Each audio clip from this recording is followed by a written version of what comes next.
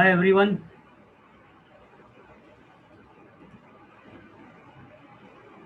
can you hear me? Is the audio clear?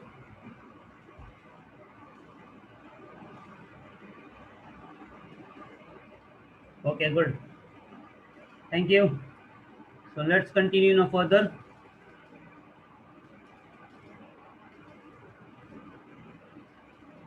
with our IPsec VPNs.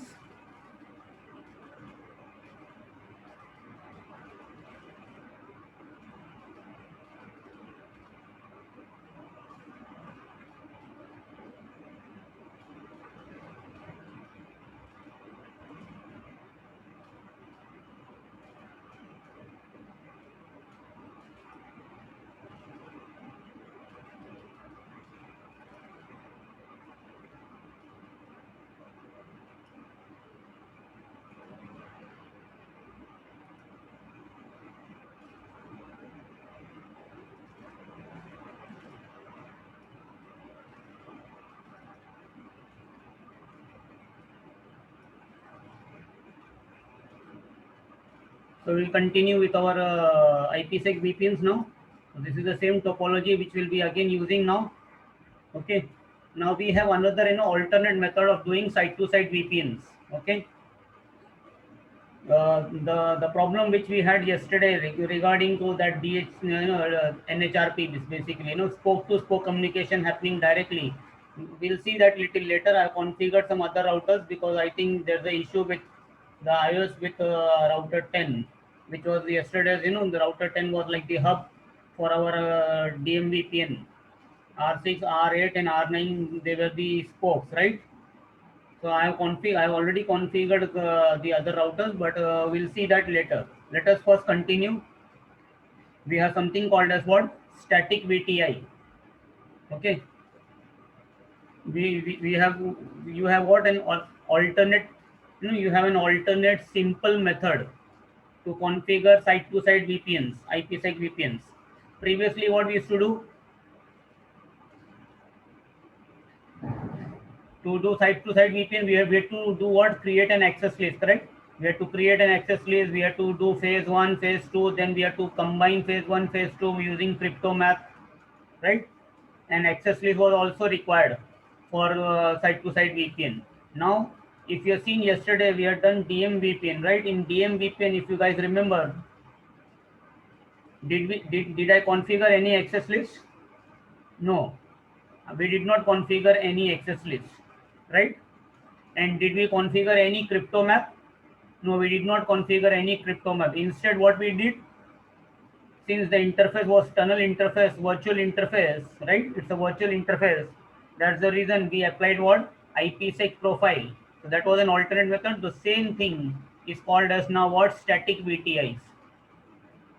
Static VTI basically allows you to configure what? Site to site IPsec VPN using a tunnel interface. And since we are using a tunnel interface to communicate between two locations, site to site VPN, okay, we don't require any access list, we don't require any crypto map. Clear? Let us do a site to site VPN, static VTI. Okay, let me write down a task. Let me open up a new text file here itself.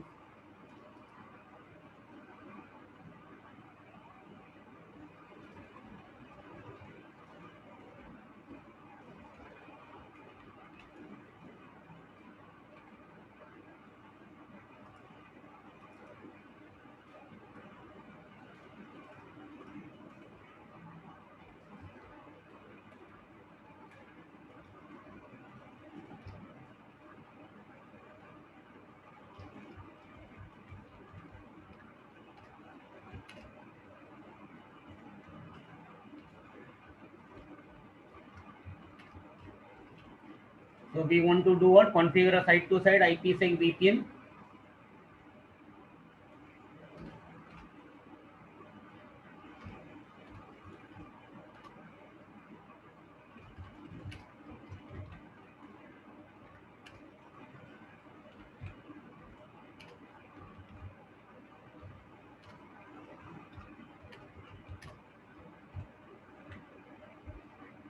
So configure a site-to-site IPsec VPN using static VTI.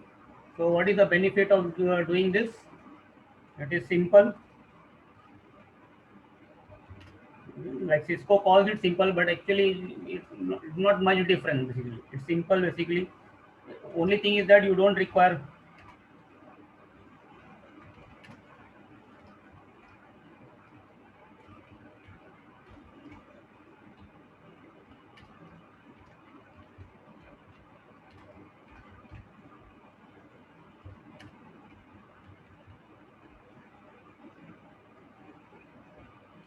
So no crypto mask, no ACL needed. Okay, so let us do with site-to-site VPN now. Whether you do any type of VPN, as I said, so you since we are doing IPsec VPN, it will be always what phase 1 and phase 2. The first step 1 will be always what? What will be step 1? Phase 1, like that. In phase 1, what we do? So let me go to router 3 now. Okay, first let us see what is the situation on router 3. Is router 3 having any private IPC? If you see, router does not have any private IP. So let me configure quickly a loopback on R3 interface loopback 10 IP address. Let us put it 10.3.3.3.3 source. Sorry, what source? Subnet mask. So created a loopback. Yes. Now phase 1 step 1. What we do? We create what? Crypto ISAKM policy, and then whatever number we want to assign, it can be any number. Let's say I am doing basically between router 3 and 7. Okay, so we'll use the number 37, right? It can be anything. What is the first thing? Age authentication. What authentication we have? Only pre-shared support we have. So I say authentication pre-shared. Then what? Group 2, or it can be any DP element group 2. It can be anything.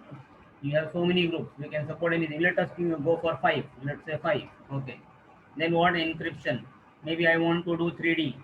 3D basically means what? Triple DES. Maybe hashing I want to do MD5. Like that. Maybe lifetime I want to do maybe 2 hours.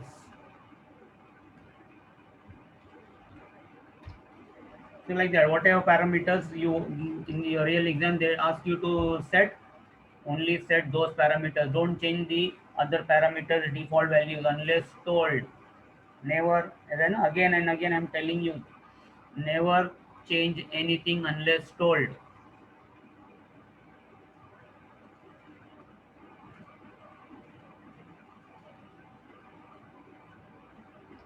Now what was the next step? Phase 1 step 2 is what? Define the key. Okay, and as I said, as I told you yesterday, there is an alternate method of doing what? Key. Not the same command what I used till yesterday, crypto ISA came key. No, I'm not going to do that now. Today I'm going to use a different command. The command is what? Crypto key ring. See, an alternate method now. So I'm going to show you. So this static VTI is already an alternate method. It is, like that. They say it is simple, but ultimately, if you see, I'm using a key ring. So I say key ring. So crypto key ring. This is like a keychain. Remember, we have done authentication, right? We have done authentication for root EIGR, if you remember. Even I think OSP SHA authentication also I shown you that we have to do what? Keychain. The same way here in IPsec VPN also now you have something similar concept called as what? Key ring. So I say crypto key ring, you give some name. Maybe I say key ring name, maybe ISA ring. Let us call it as, or maybe we call it as what? IKE ring. Like that. Name. This is just a name, okay? In C now, so I'm inside the key ring. And then over here, I say what? Pre-shared key. And then I specify the address. And then I specify the address of my peer. So we are setting up a site-to-site between whom? Between R3 and R7. So what is the R7 IP address? The public IP. It is 170.10.17.7, like that something. And then finally I specify If you don't specify the prefix mask also, not it's not compulsory. Okay, this the prefix mask like a subnet mask, not compulsory. I can straight away say key and then let me say some key I want to use. Cisco CCI maybe something like this. So this is how you define what a key. It's not directly, see the command is not directly crypto ISAKM key. Keyring is like like a open. It can be used by any other feature. So crypto keyring, I gave the name iKeyring, and inside this iKeyring keyring, I created what a pre-shared key Cisco CCI for a host R7 IP address. Right? Finish. But now this keyring has to be used by whom? Who needs this keyring? ISAKM needs this keyring, right? Because previously we used to say crypto ISAKM key. And we used to say crypto ISAKM, you need a key. So we used to provide the key for a particular peer till yesterday, right? But today I'm not doing that. Okay. So phase one, if you see now, phase one is what? Inside phase one,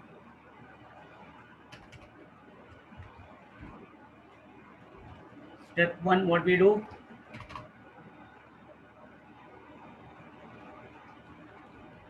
Define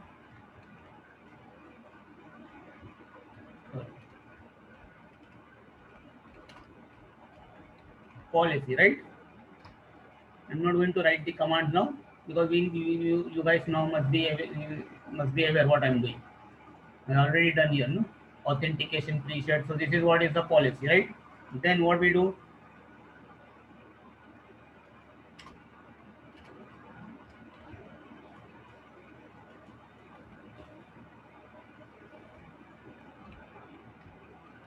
Step two, what we do? We define what? Keyring. And now how we define that keyring? That I will show you. The keyring is what? The command is what? Crypto keyring, and then as I said, example name iKeyring, like that. And inside this keyring, what I did? I said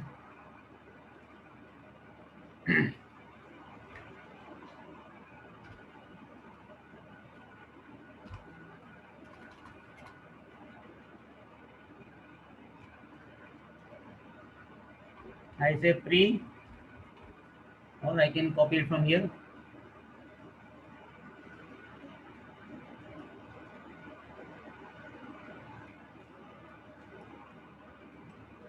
Pre-shared key, right? And then exit.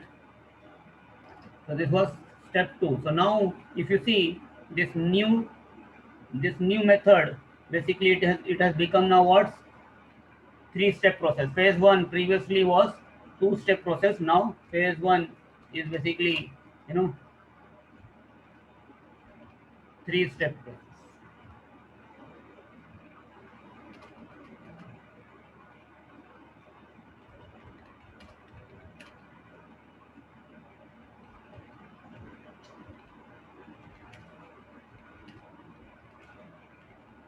So this is the third step now. Match the keyring in ISAKM profile. So now we need to create what? An ISAKM profile. And the command to create ISAKM profile is what? Crypto ISAKM profile. And then you can give some name. Maybe I say ISA prof.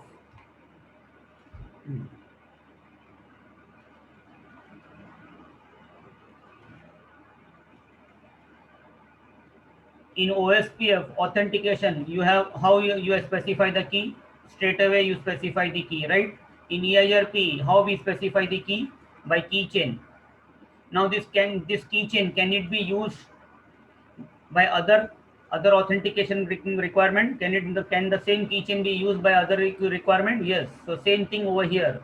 If you define a normal key, then that normal key is straight away bound for a particular key. But if you define a keyring, if you are defining a keyring, then this keyring can be used multiple times.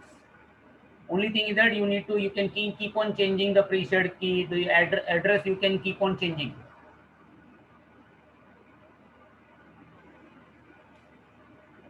So this is an alternate method.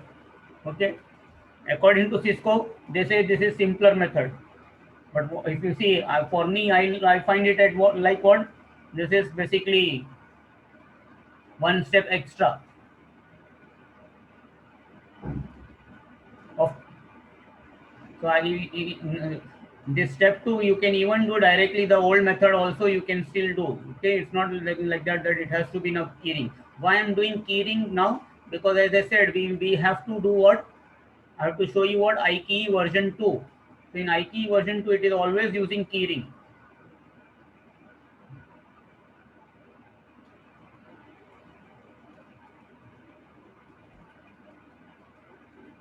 So later on we'll be doing IKEY version 2.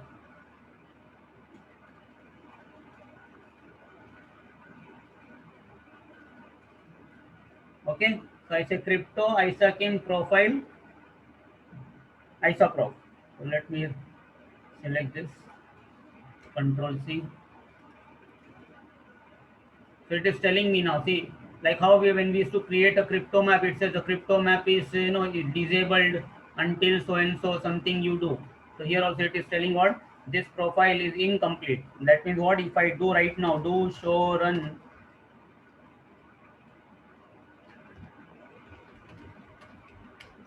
white section crypto, we'll see incomplete word appearing in the profile. Not showing, but it is incomplete. But my router has helped me that it is telling me that it is incomplete. So what it says, it needs to have what? Some match statement.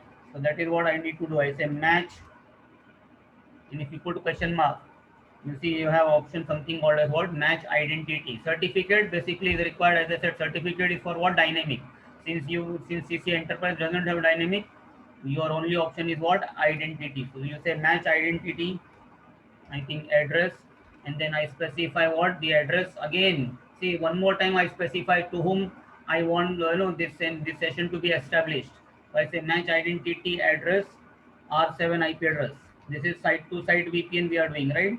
So I clearly specify who is my peer, and then over here I specify what it is telling specify the mask.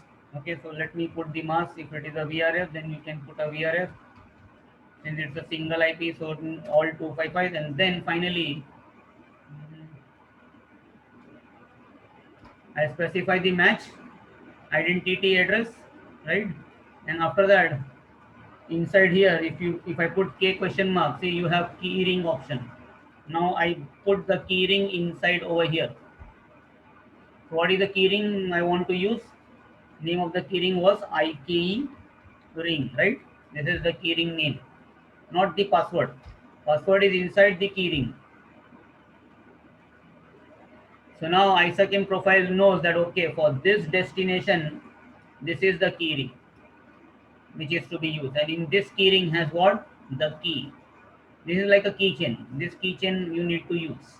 This keychain has the key for your car.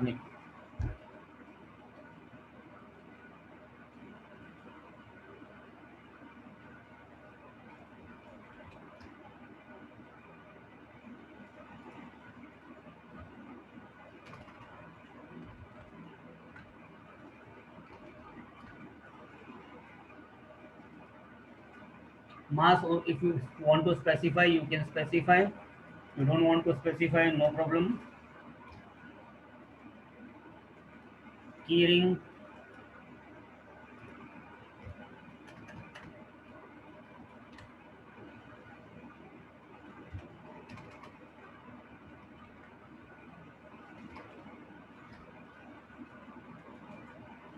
Your phase 1 complete. Now next step is what? Phase 2.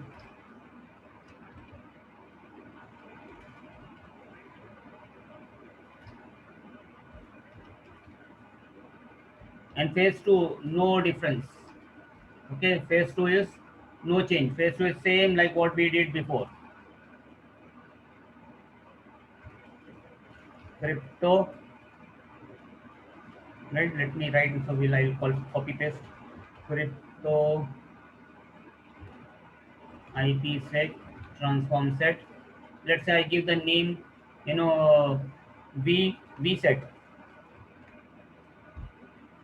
I'll keep the name vset. It could be, can be anything, right? Yesterday, if you remember, I had given DM VPN set, like that, something I had given transform set vset, and then I say what I want to use, maybe ESP AES, like that. Finish. Okay. So step 2 is almost same. Next is what?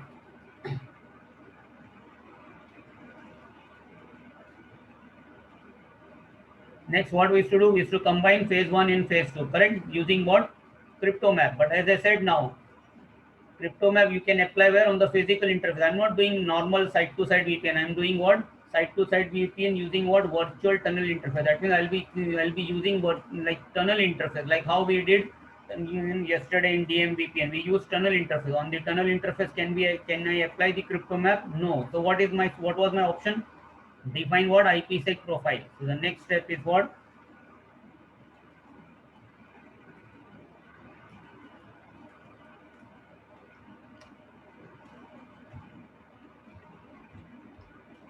Phase 2 complete.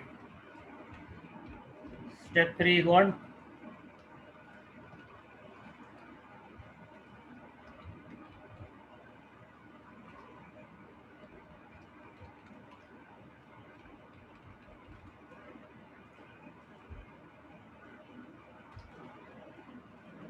I need to define what? A IPsec profile. The command is what? Crypto IPsec profile, and then maybe profile names. Let's say I put iProf. And then what I do, I say set transform set. What is the name of the transform set I want to use? Reset. That is one thing. Then I say match. Uh, no, set. Sorry, transform set, and then set all, everything is set. And then I say set ISAKEM profile and the name of the profile which I created above. So I'm putting, if you see now, I'm combining IPsec and ISAKEM. I'm calling ISAKEM inside IPsec profile. I'm saying what was the name of the ISAKEM profile? ISAProf. So I say set ISAKEM profile ISAProf.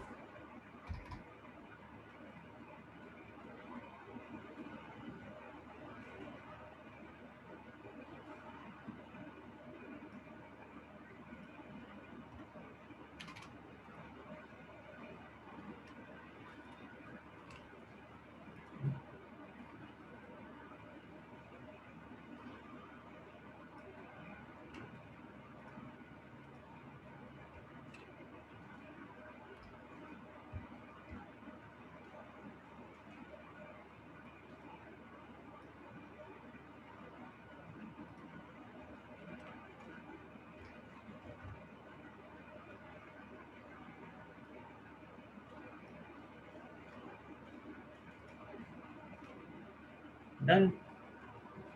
Finish.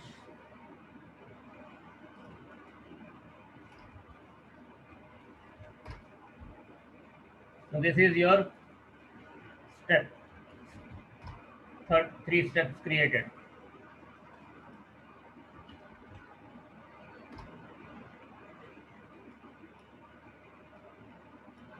Now what is the next step?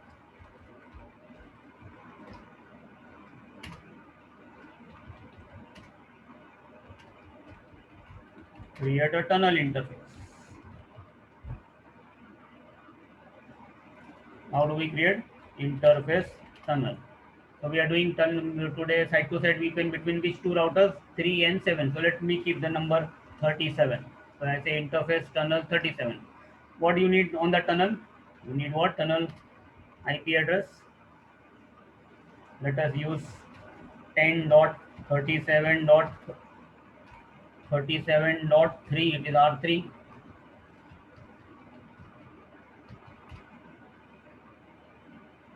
Before I do this, okay, let us see on R7. Is R7 also having a private IP subnet behind?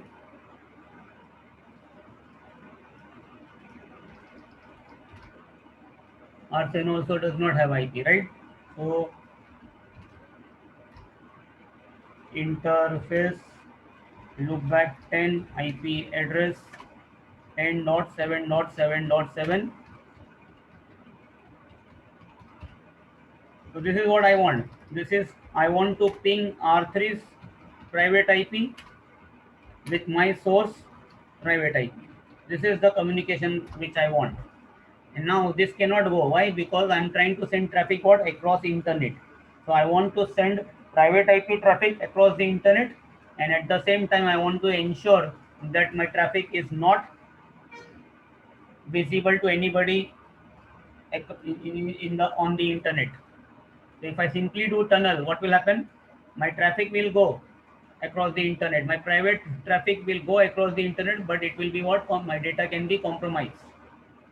So what I want to do is what? I want to send private IP address traffic across the internet. Plus, I don't want anybody on the internet to know what exactly I'm sending. This is what is our goal. So that is what we do, what? Site to site VPN. But I'm not doing site to site VPN using the physical interface. I'm doing site to site VPN where? On a tunnel interface. What is the advantage? What's the advantage? The advantage is what? Only the tunnel only the traffic which is meant for the tunnel only will get encrypted. Other traffic, like if you see the topology, R3, if it wants to go to some other location, no, using this physical interface, outside interface FA0/0, let's say this is the outside interface, right, of R3. We are trying to establish tunnel where? Let me put up the ping.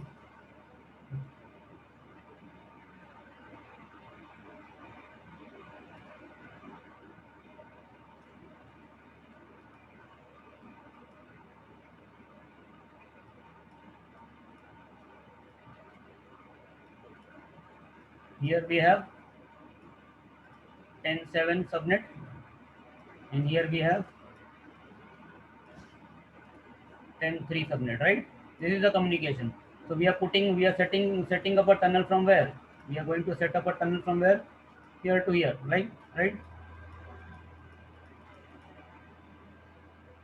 So what is my requirement? When the traffic is from this segment and going toward this segment only should get tunnel. So that means what? I'll configure on R3 such that only on the tunnel interface only this traffic can go and come in, like that.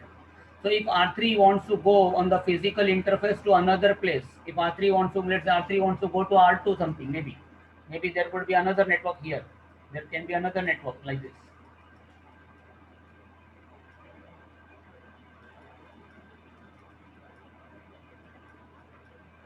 Like that. So if R3 is trying to send traffic to R2 or behind R2 some destination, and you want something different treatment to happen, so that is possible. So this is like basically like on this tunnel interface I can apply what? Different when you try to give different treatment, when we do different treatment to different traffic, that is what we call is as call as what? QS, quality of service. You treat different traffic differently. So for R7 customer, you want to give a different treatment, whereas for R2 customer, maybe you want to give a different treatment. So that is a requirement, different requirement is there. You want to go to 10 locations, but your 10 location, your treatment must be different. 10 customers treatment must be different. So we do that different treatment is called as what? QS, quality of service. So I'm not using, if I do the normal site-to-site VPN using the physical interface, what will happen? I will apply here what? The crypto map. So it is on the physical interface you are applying. So on this interface, whatever you apply the policy, that policy will become now what? Common for all the customers. But if you use tunnel interface and you are sending the data, for a particular customer separate, maybe another customer you want to send data separately, and then you want to give them different bandwidth. So that is possible per tunnel. That is why it is called as what? Per tunnel QS. So this is the benefit of what? SBTI. SBTI allows you to do what? Side to side IPsec VPNs And at the same time, if you want to treat different customers traffic differently using different QS policies, that is possible, because you are not applying your policy on the physical interface. You can apply your policy on where? On the tunnel interfaces.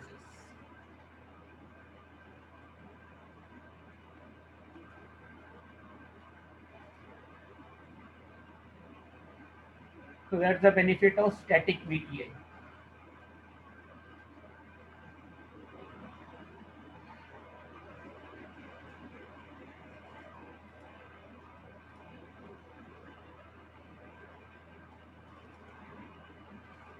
So we go with now, I created the loopback. So right now it's not happening because nothing is configured now.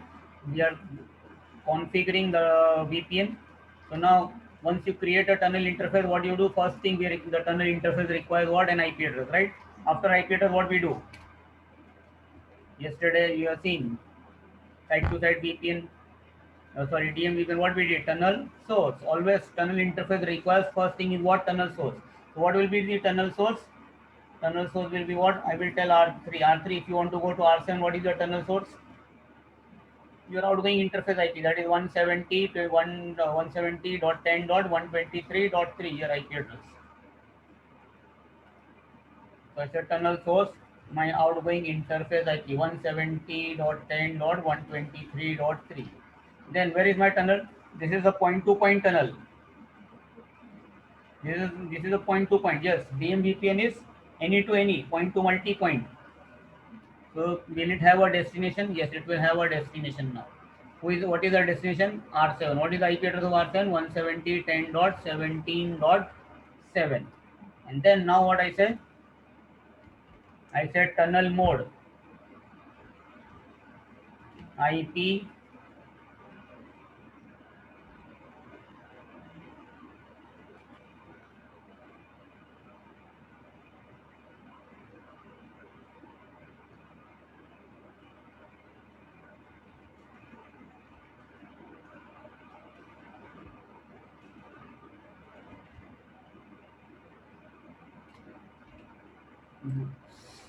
what happened?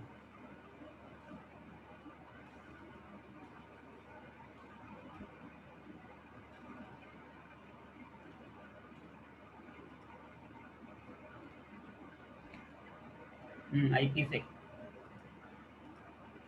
Then IPv4, because if you say directly IP, then you have only IPv6. So tunnel mode, I say I want to use IPsec on the tunnel. So I say tunnel mode IPsec, and then for which family?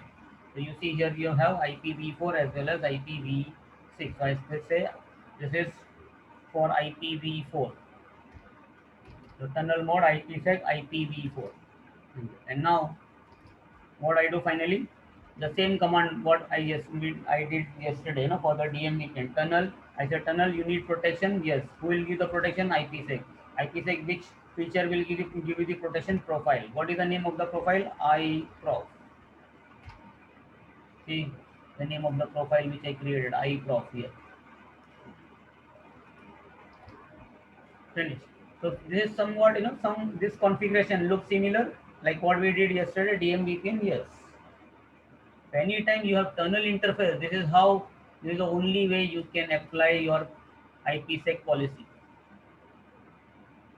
You need to apply what? IPsec profile. Finish. R3 configuration done.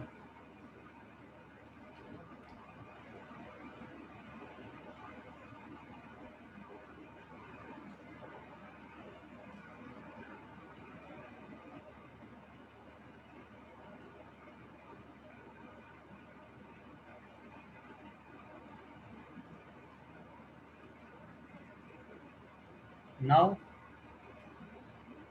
what we'll do? As I said, it's always better to do what?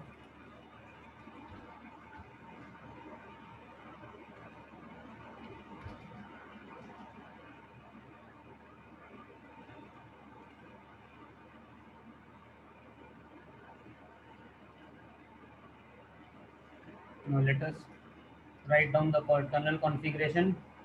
Show run interface tunnel 37. So I'll just pick up this tunnel interface.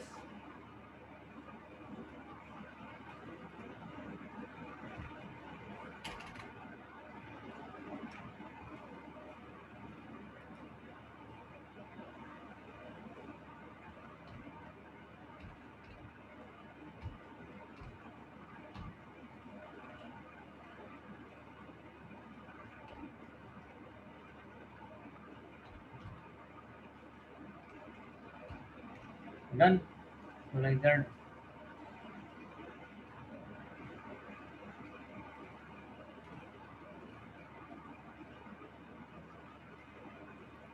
Copy.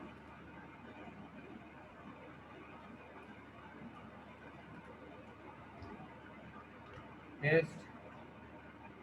With the other router R7.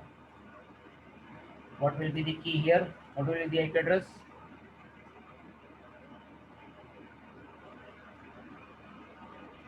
R3 IP address is what? 123.3. So this is what, after copy paste, you cannot directly blindly do the copy paste. You need to do some small modification. For R7, R3 is the peer, IPsec peer. So you say 170.10.123.3. Then anywhere else, the rest all remains same. I can use the same tunnel interface number 37, but here the IP address cannot be 37.3. It needs to be what, different. So 37.7, and same way source cannot be R3. Source has to be what, my own IP. So I say destination becomes now what, R3 123.3. That's it. Right? Step by step we'll configure. So let us go to R7.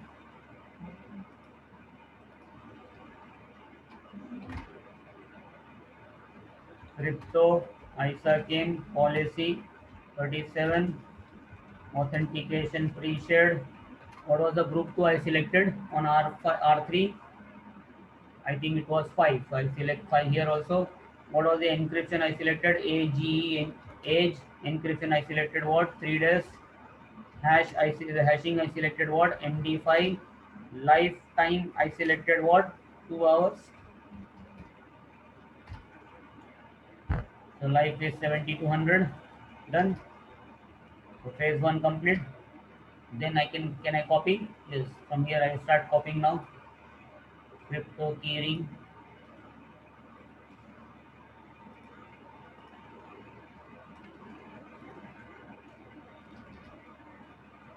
So keyring created. Name of the keyring also I kept it same. Only thing is that for R7 the IP address is this. This is the key, password key has to be same. Then what is the next thing? We need to define what, ISAKIN profile.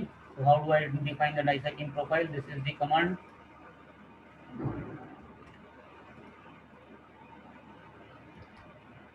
Profile also created. Then what is the next step? Phase 2. This is the phase 2.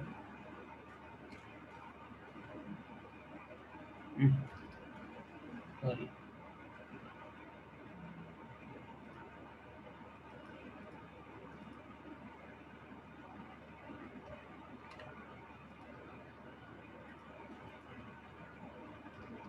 Phase 2 also complete. Then what is the next thing? Phase 3 is to combine IPsec and ISAKIN. For that we do now what? Profile.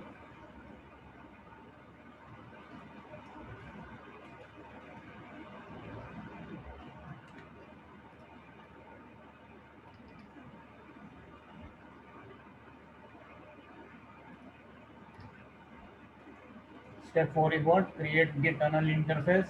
So did I already done the copy paste here?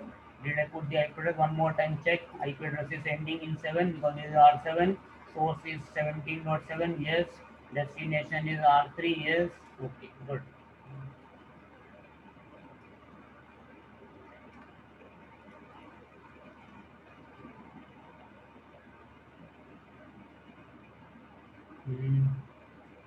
Some error happened. Tunnel protection why it came 2 times.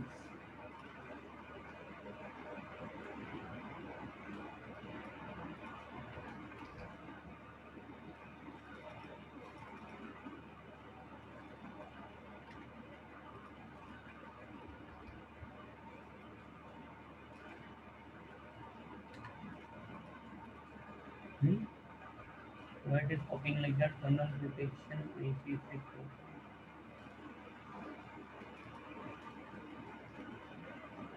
You said tunnel protection IPsec profile.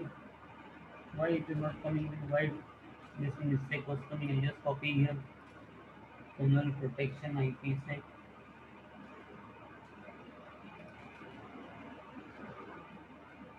Okay, no problem.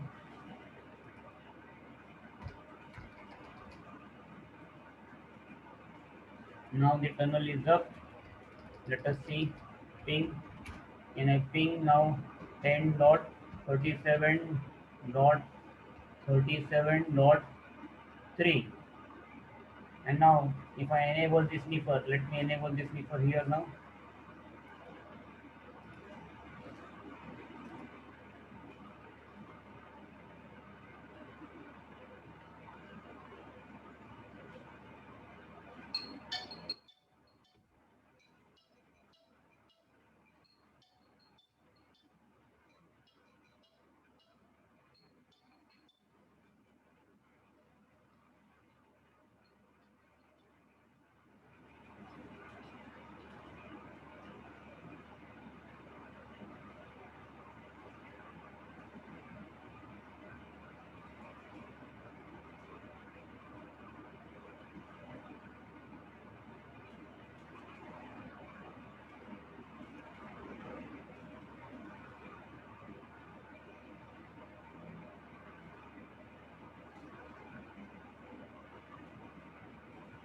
This is all yesterday's, yesterday DM VPN configuration 79, if you guys remember. That is all yesterday, but we have here basically what I'll be focusing is what 10.37, right? Like that. So we are interested in, let us see only, we are interested in only what ESP, because now this is the only ESP packet. So this is all that is a DM VPN, because that DM VPN configuration is still there. I did not remove, right? That's the reason it is still there. Like that. But now let us do a ping.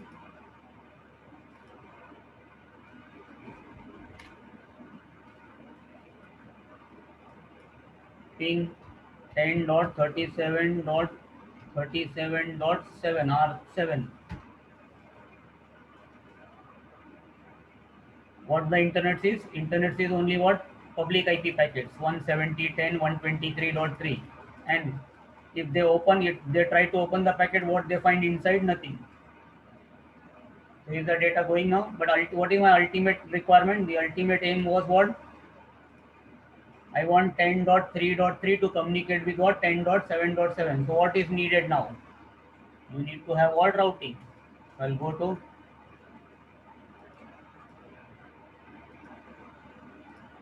R3, and again, like how we did in DM VPN, some dynamic routing. Here if you want, you can put a static route, because this is only point to point, so you can put a static route. Or if you still want to do, maybe let us try OSPF now today. I say router OSPF, maybe 37, I'm keeping some number common, and then I say what? Network 10.3.3, 10.37.37.0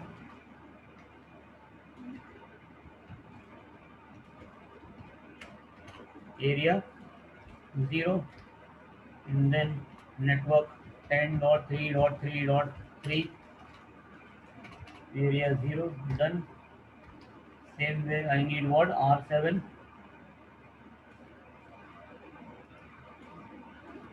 and R3 is ready now. If R3 is ready, what I do? Let me do a ping now. I say ping 10.7.7.7 source.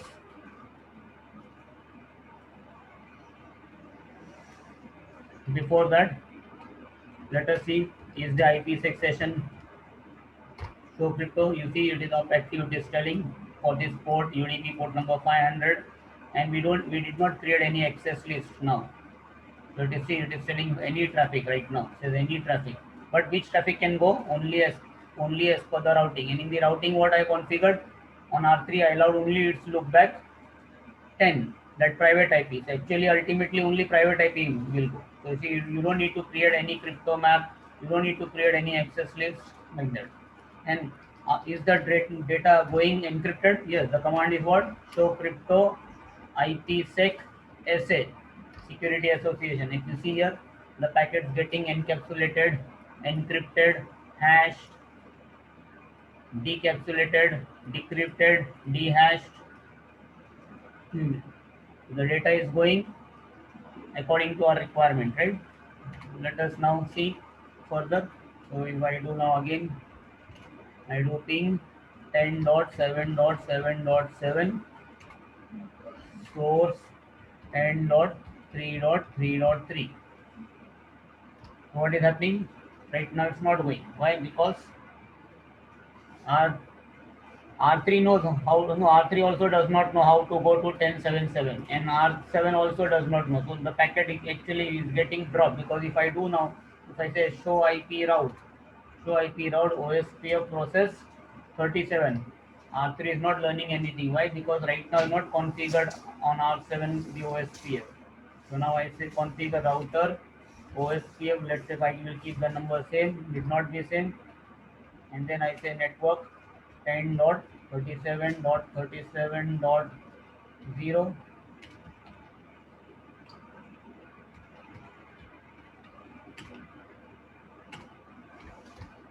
Moment I will do this, say R7 and R3 became neighbor. Now R7 learns the route of R3, and same way now I advertise R7 don't look back.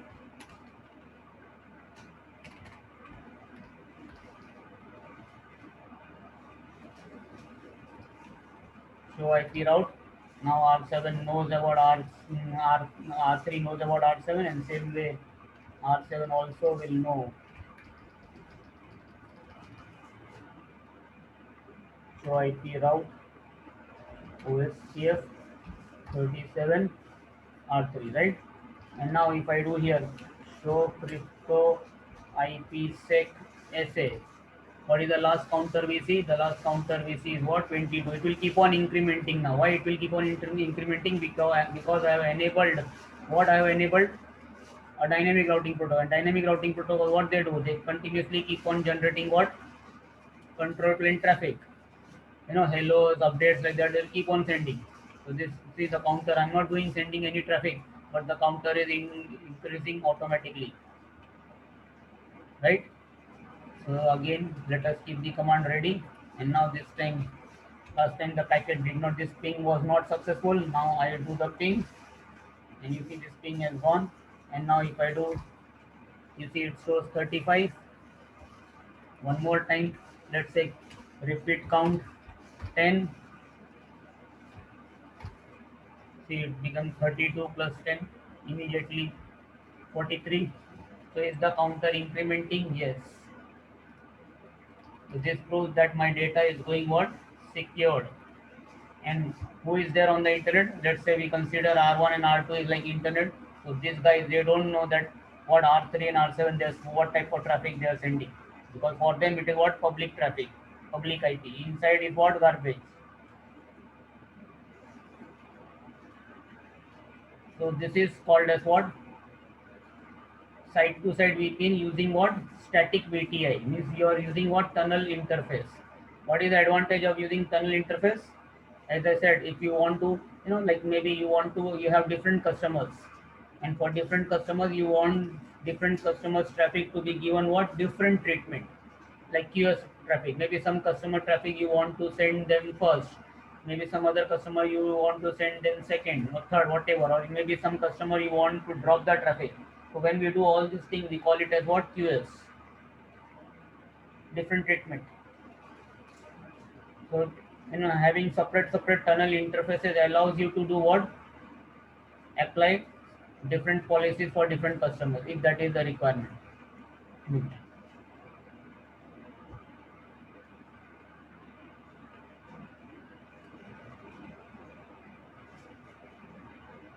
Any other command? Yes, another command is also there.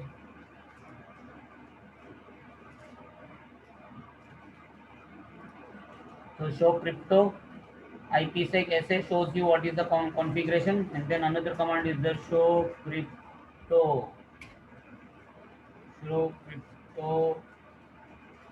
engine.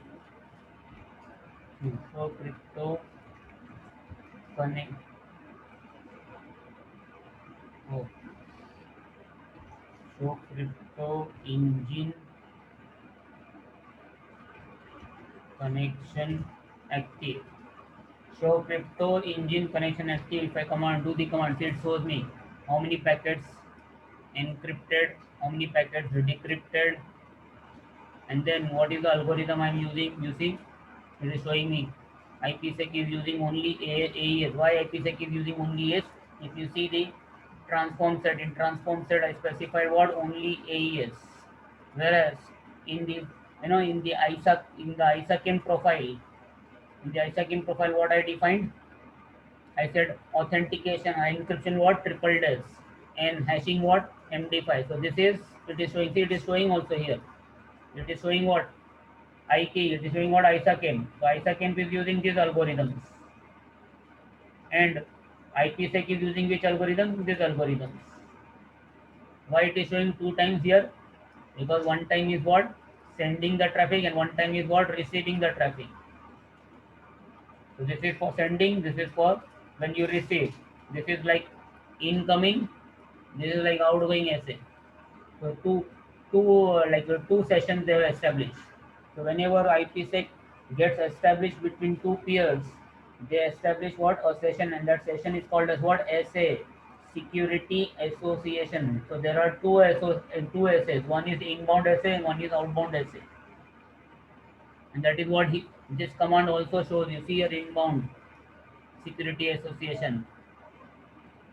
I did not complete the command. That's the reason it shows me. See, if I do this now, it says okay, this is inbound, and then it will show me outbound also. See outbound ESP, inbound ESP, outbound ESP. I did not configure the other algorithm AHN also. There are nothing for them. Only ESP I enabled, so it is showing me outbound ESP, inbound ESP. And if you see outbound ESP, outbound session has a different SPI, different like a sequence number, and inbound has a different sequence number. SPI stands for what? Security Parameter Index. Remember I did IPsec VPN, OSPF authentication. That time I shown you SPI.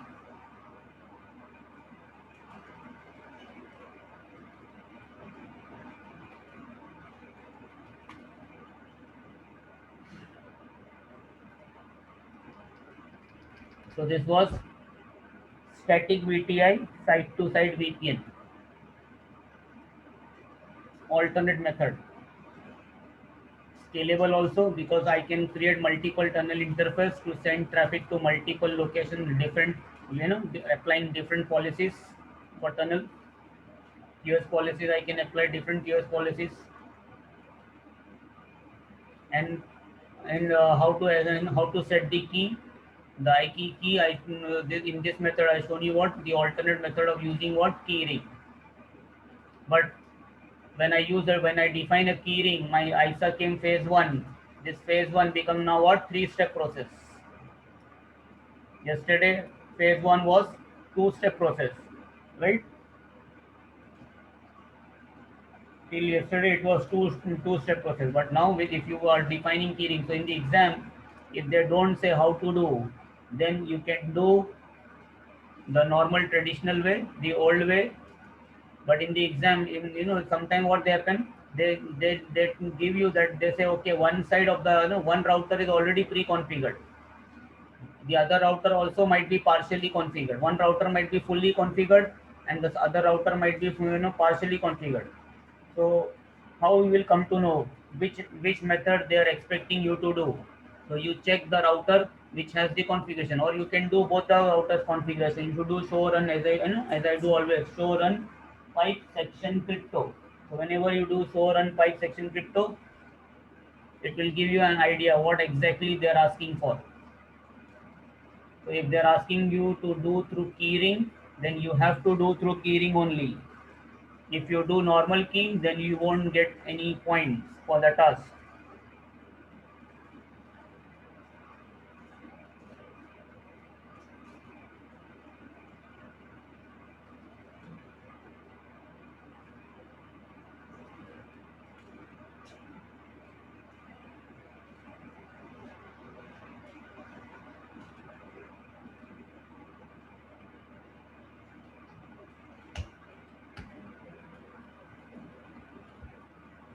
So this is your site-to-site VPN. with IKE version 1. This is side-to-side VPN IKE version 1. And now the same thing if I do using IKE version 2, then we call it as what? Flex VPN, because Cisco's Flex VPN basically, another type of VPN. Ultimately, Flex VPN is also what? IPsec VPN. Only methods of doing the things slightly different. As I said, in IPsec, types of IPsec VPN is like what? Types of ice creams. So different flavors of ice cream. So in the market, we get so many different different types of ice creams or different flavors of ice cream. But ultimately, in all the ice cream, the main component is what? Milk, and maybe some sweetener like sugar. The same way here also, any VPN you take up, ultimately what you have? The two components, IKE and IPsec. They will be there. Only thing is that there might be different commands to do the configuration. Some places we do CryptoMap, some places we do IPsec profile. So now we have another flavor of IPsec VPN, that is called as what? Flex VPN. Flex VPN basically means what? A scalable method of doing IPsec VPNs using what? IKE version 2. Why? Because Flex VPN does not support IKE version 1. Now what's the difference between IKE version 1 and IKE version 2? See, anytime something new is created, a new version is created, what will happen? It will be, you will always try to create what? Something better than the earlier or the older one, right? So same thing. When they created IKE version 2, they try to make it what? More efficient. How they made it more efficient? The first thing is what? IKE version 2 is more efficient. It uses less bandwidth. How? The number of messages which are exchanged are less. In ISACM version 1, that is IKE version 1, how many messages are exchanged? 6 messages are exchanged. I've shown you in the debug. Main mode 1, main mode 2, MM1, MM2, MM3, MM4, MM5, MM6, like that. 6 messages are altogether exchanged, like that. In IKE version 2, there are only 4 messages. So number of messages are less. That means less communication compared to IKE version 4. IKE version 1. And if you're sending less messages, that means you're using less bandwidth.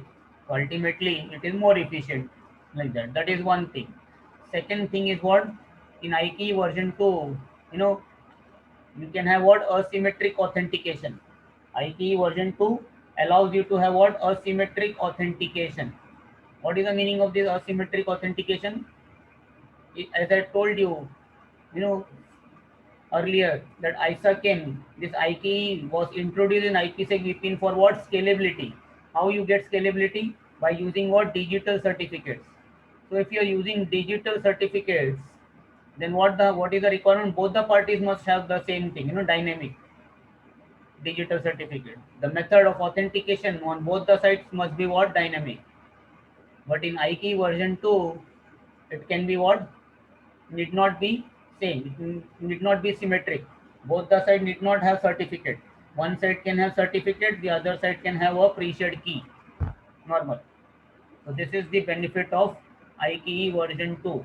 IKE version 1, if you selected manual, both sides will be manual. If you selected dynamic digital certificate, both sides has to be digital certificate. In IKE version 2, need not be same. If you want it to be same, it can be same also. If you want it to be different, it can be different also. That is another advantage of IKE version 2. Third advantage of IKE version 2 is what? It has a feature called as what? Mobike. Like feature, when you're writing here, so that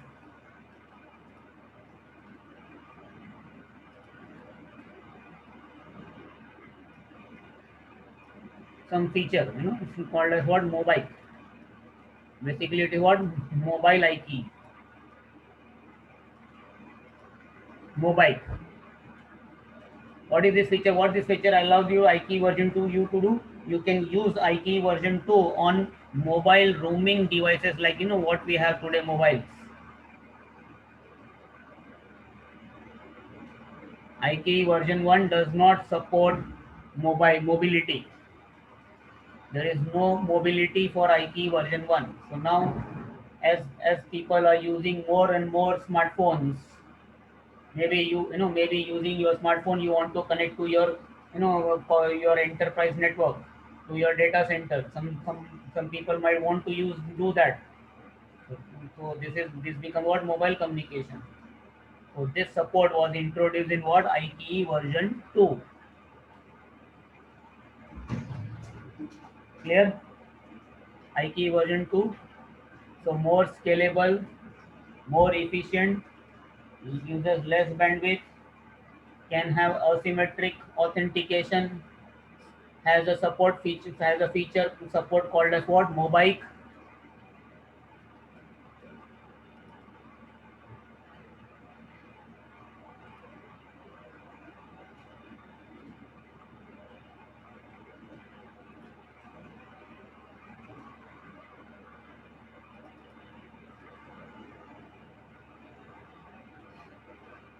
Plus IKE version 2 can also operate, it also provide what, support over what, multi-vendor, interoperability, better interoperability compared to IKE version 1. Means if you have a multi-vendor environment also, then IKE version 2 is more better. And basically, as I said, this mobile, mobile authentic mobility basically means what? It is now IKE version 2 is supporting what? Like, it's supporting what? An authentication protocol which is called as what? EAP. EAP support is there. In IKE version 2, you have basically what? EAP support. And IKE version 2 also has what? You know, more algorithms.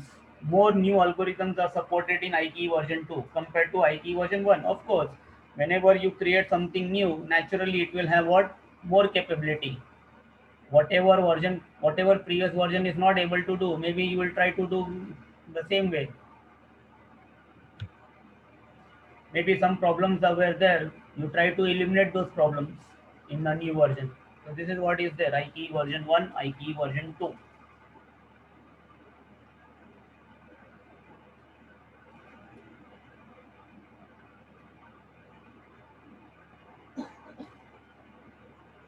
Okay.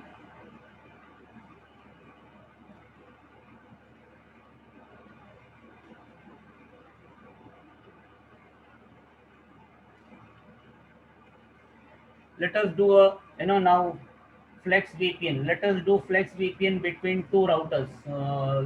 Let's see. I don't know R4, because as for this topology,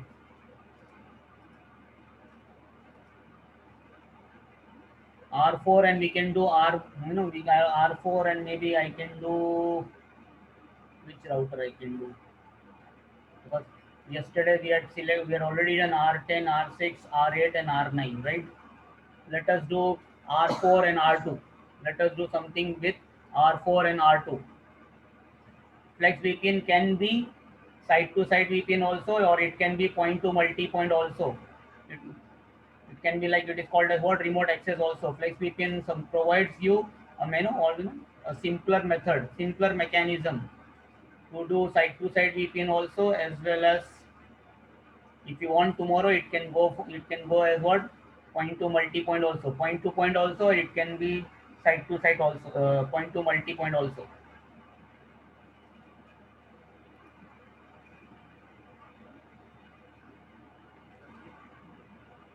So Flex VPN basically is based on what, IKE version 2. Okay, Flex VPN is based on what, IKE version 2. Right. I think maybe R4 will not support. Let me see. Better first let me see the command, because iOS R4 iOS might not support. Let me see. Let's say crypto IKE. See, no, as I said, the command is what, basically IKE v2. So if you want to do anything in IKE v2, the command starts with what, crypto IKE v, IKE v2. So just you need to type IK and see the command is there or not. If the command is not there, that means we can't do. So I cannot do on R4. Let us take which two routers we can select now.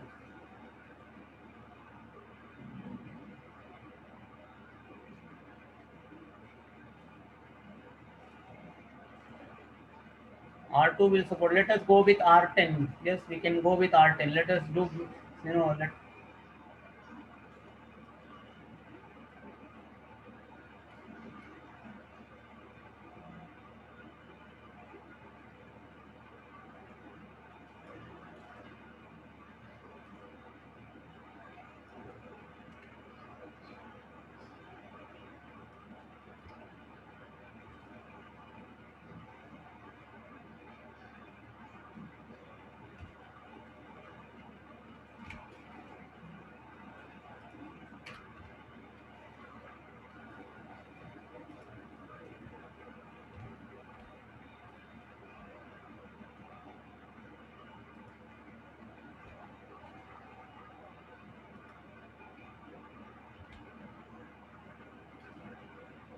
So we'll do Flex VPN, side to side Flex VPN using static VTI between R2 and R10.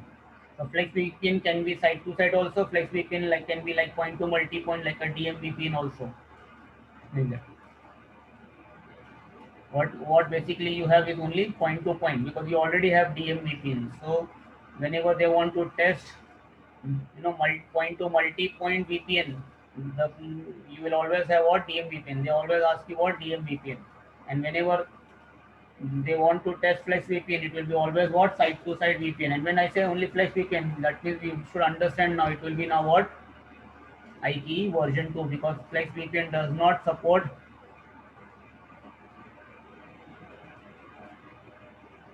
Flex VPN does not support IKE version 1.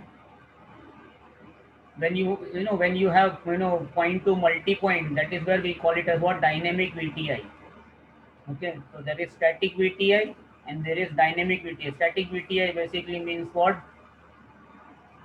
like side to side VPN, and point when is like point to point, and dynamic VTI basically means what, point to multi point, like that. So hub router, then you have what, like a concept of what hub and spoke basically. So hub router, we do what, DVTI, that is dynamic VTI, and the branches we do, spokes we do what, SVTI basically. So as far as CCI enterprise track is concerned, you guys have only static VTI, no dynamic VTI, no point to multi point, only point to point. CCI security, I teach everything.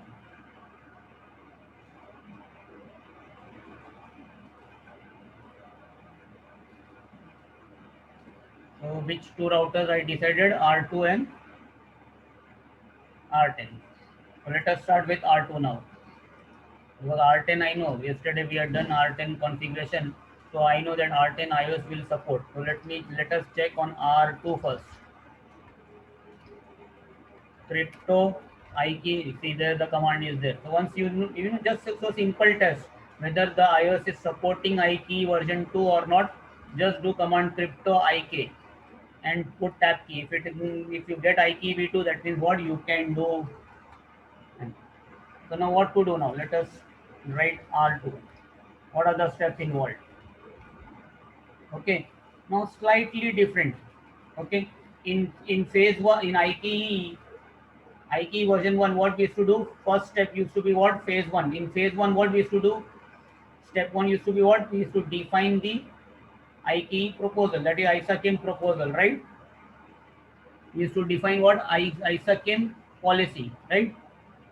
That used to be now what, that used to be phase 1, step 1. So here also basically we again have what, phase 1 only. Step 1 is what, phase 1. In phase 1 now, what will be my step 1? Step 1 basically will not be now ISAKIM policy. Step 1 will be now what?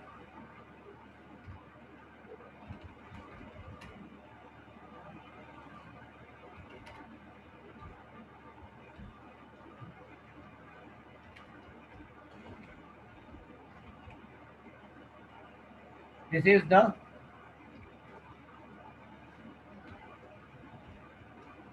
define an IKE v2 proposal. This becomes your phase phase 1 step 1. How I do that? Same command, crypto IKE v2 proposal, and then we give some name. Maybe I say, maybe I say iProp, like that something. I think we can give any name. So let me copy this now. Crypto IKE proposal supports.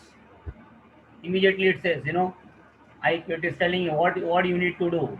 IKE version 2 proposal must have at least one encryption algorithm, at least integrity basically means what, hashing, and a Diffie. That means whatever we used to do in policy in phase 1, now it is called as what, proposal. Whatever we used to do in policy, in crypto ISACM policy, right? Same thing. We used to define, the age. G means Diffie-Hellman group. E basically means what, encryption, and hashing means what, MD5 also. Same thing over here. The only thing is that now, as I said, IKE version 2, it has what, more algorithms supported for encryptions, better algorithms supported for hashing. Let us see now.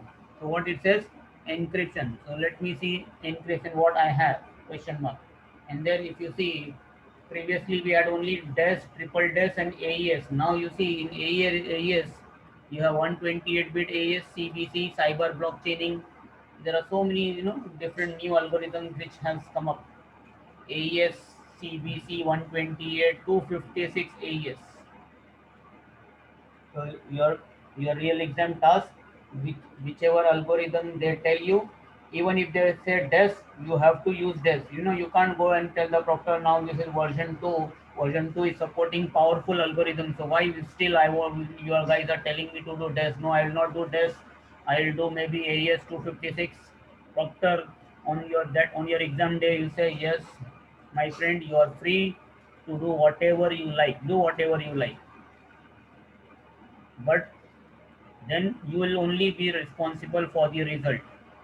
When the real exam is not a test of best practices. Please understand, it's not a test of best practice. It's just a test of skill, whether the candidate knows how to do the things. So most of not necessary that all the tasks have to be what, best practices. So encryption. So let us take this encryption. We'll take AES, AES CBC, ASCBC 192. Let us select 192, middle one. Then integrity. It says integrity. Now the command is changed. Previously it used to be what, hash. Now it has become what, integrity.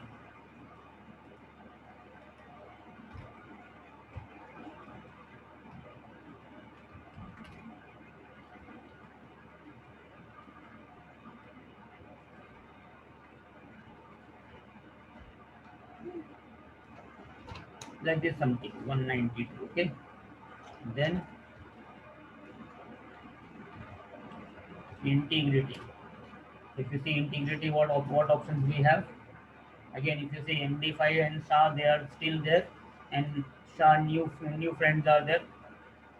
More powerful friends are there. SHA 256, SHA 512. So maybe I say I want to do SHA 3512. So you can select whatever you want, like that. Encryption, integrity, and then what the third it said, Diffie-Hellman group key.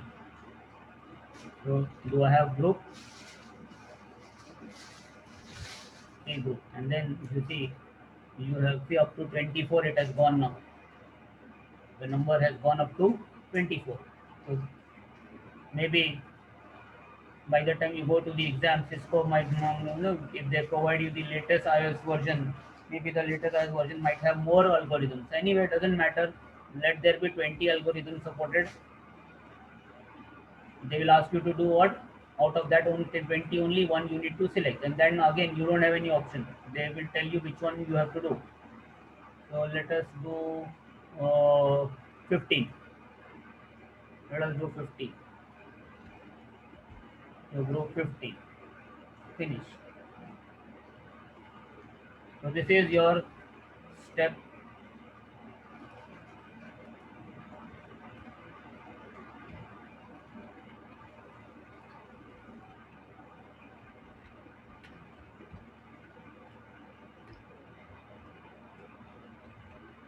Exit the policy.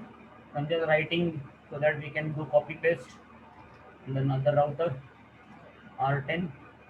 That, and let me, ultimately we are doing what, to do communication between what, private segment. So let me create a loop back. Let's say I create a loop back 20, loop back 20, let's say, and I assign IP address 10.20.20.2. Hmm.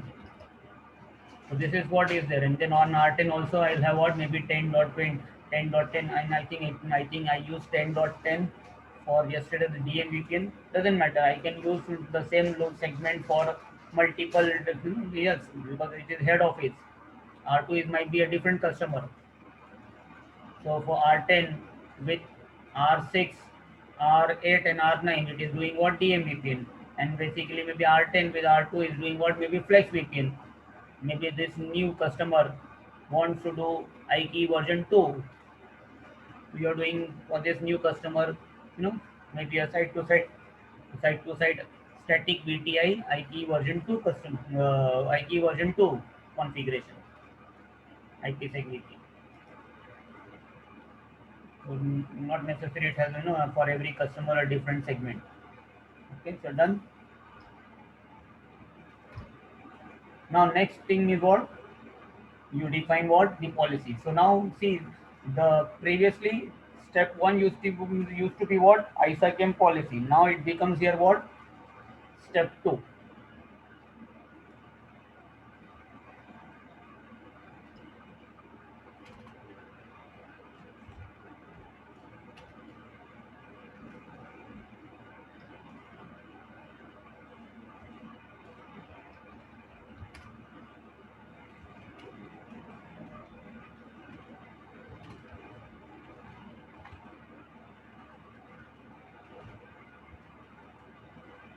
What is the command? Crypto IKE v2 policy. Then we need to give some name now. So previously policy used to be what, a number. Okay. Now it will be what, like a name. Let's see now. I copy this.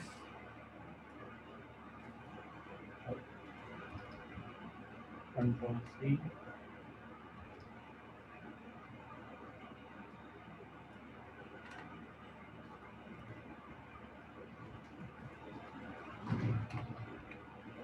See name now. No number. So now you need to give what, name. So maybe we say IPOL here, or ISUP. We say IKE Pol, like that.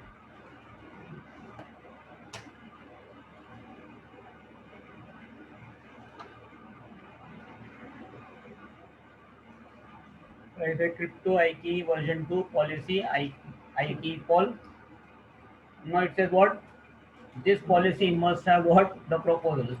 This is like unnecessary one additional step. Previously we used to do everything inside.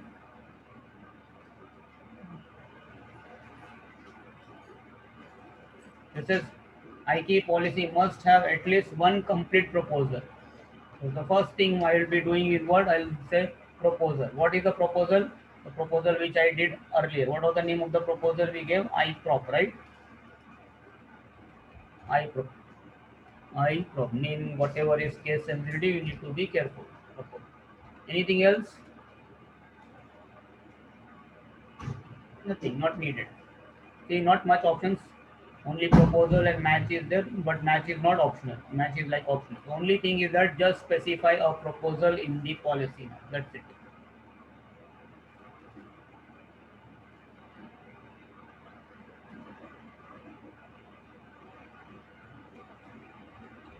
Finish. What is the name of the we did I key Paul, and inside this we said proposal I prop, right? Exit.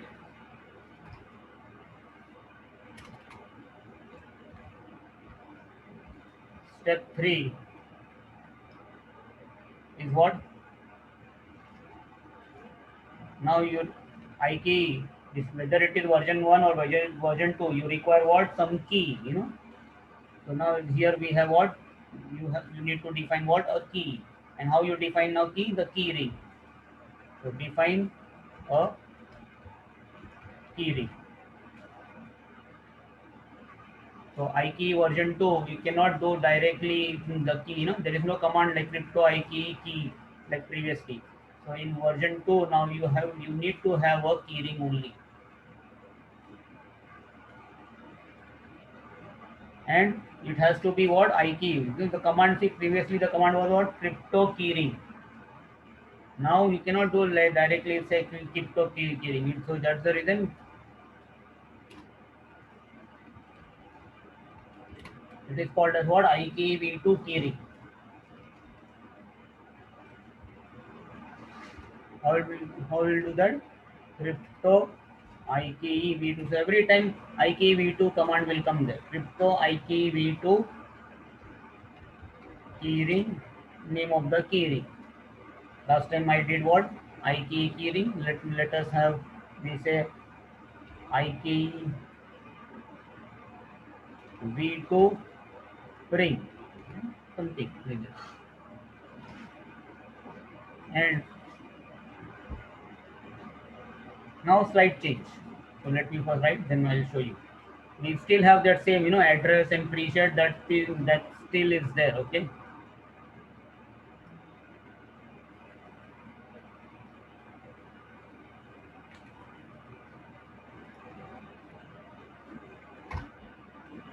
Put question mark, you see. First thing is what? You specify who is the peer.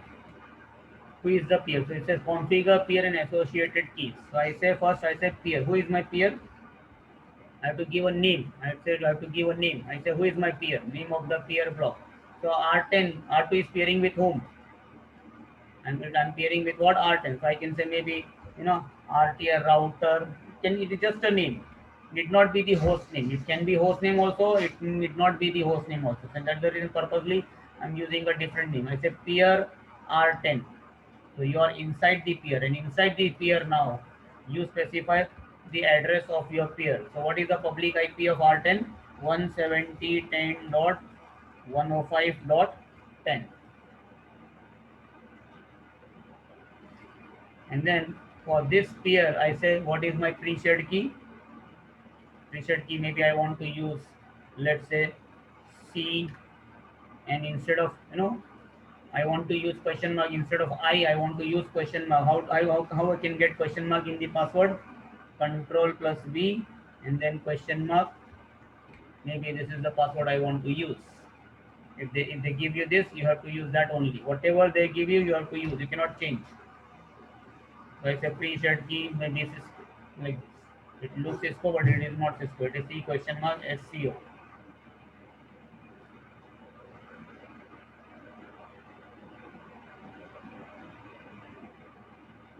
Finish.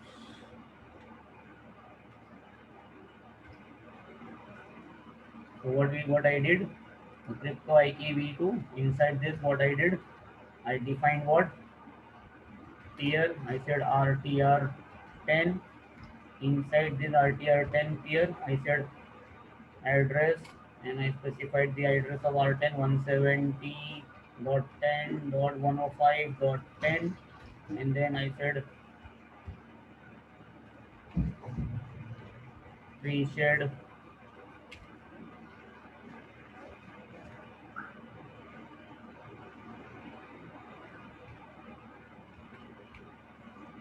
password, like this, right?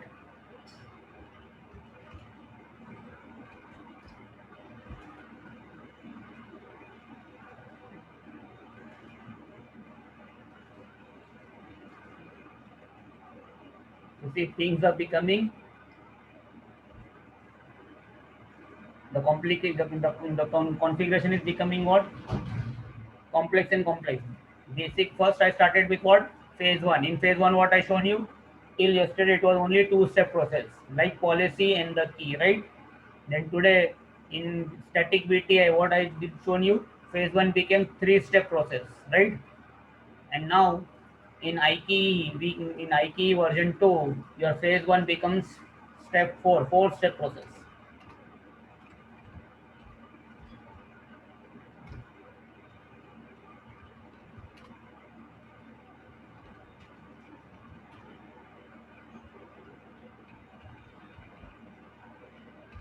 We need to define what IKE, same. Define IKE version 2 profile, like how we used to define in static BTI, just now we did, right? We define crypto ISAKEM profile, so same thing, ISAKEM word is now replaced by what? IKE v2. There is no command now ISAKEM. In IKE v2 or Flex VPN, you have now what? Only IKE. Everywhere IKE. Previously everywhere ISAKEM. Now everywhere IKE.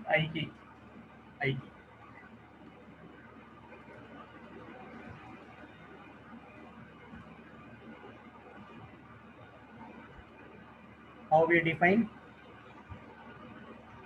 Crypto IKE, again everywhere it will be command IKE v2 profile, and then maybe name of the profile.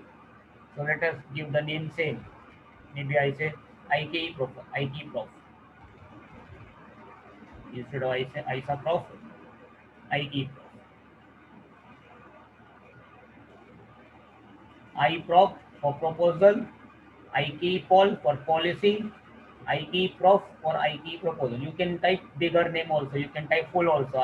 IKE proposal, IKE policy, whatever. You know, in your real exam, whatever names they give you, you have to use those names only.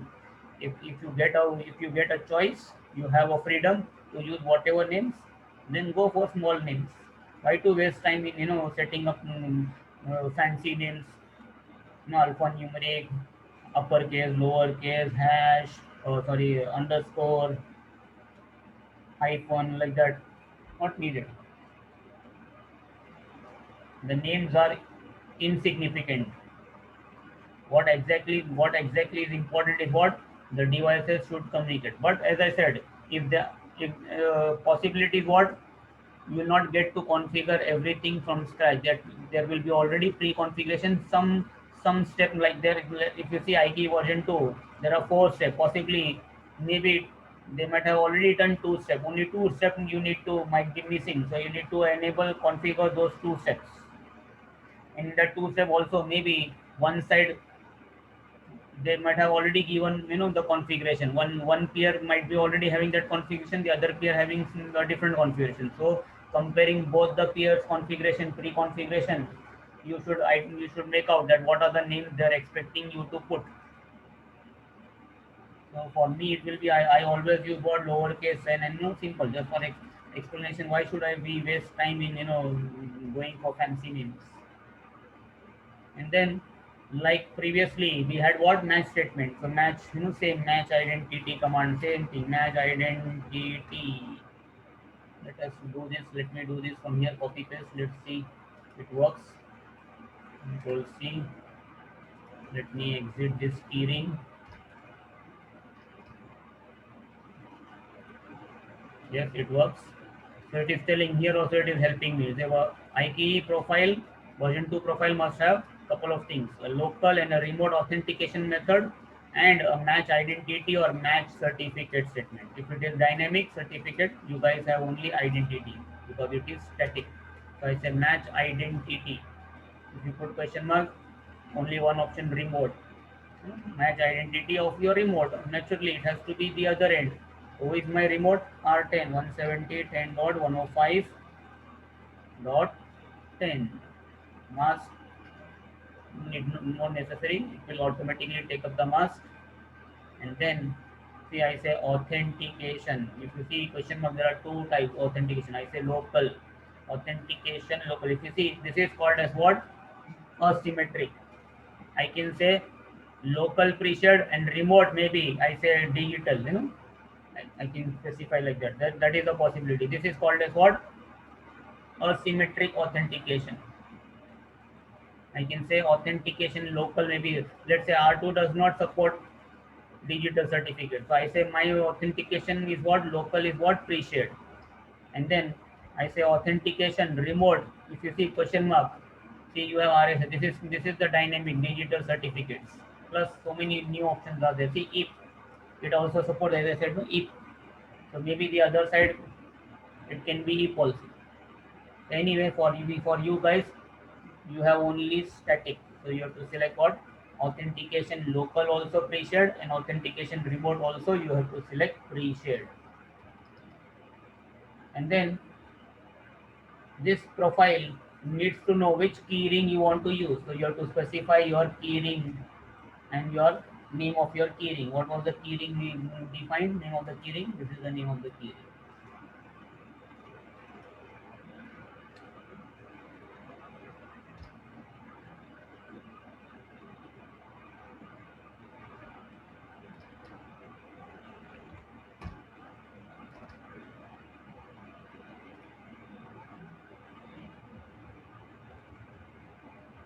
Match identity. Then what was there? Authentication, right? Authentication local and authentication.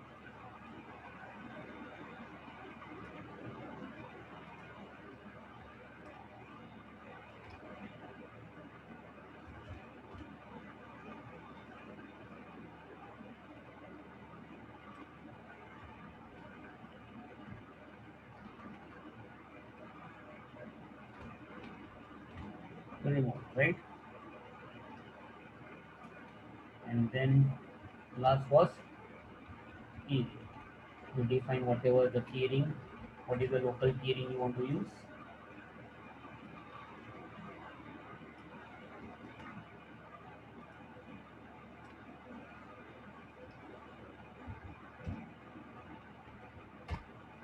Oh, finally, your phase one complete.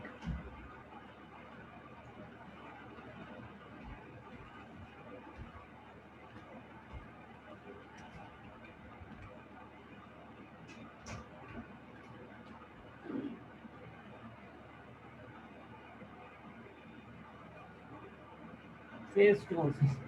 See, who has changed? Only IP has changed. IPsec is still the same. So phase two doesn't no difference.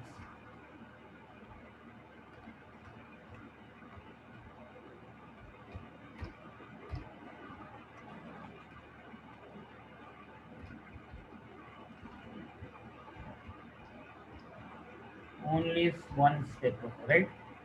What is that? Define the IPsec transform set. That's it. How we do that? Crypto IPsec transform set. Maybe I say V2 set. Maybe I say ESP. I don't know. I'll just select something.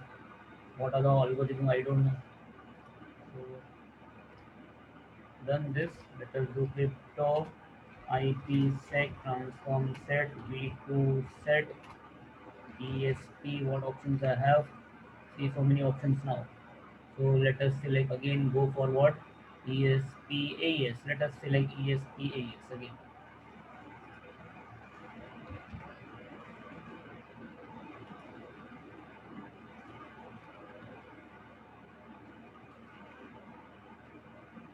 I'm not typing the full command.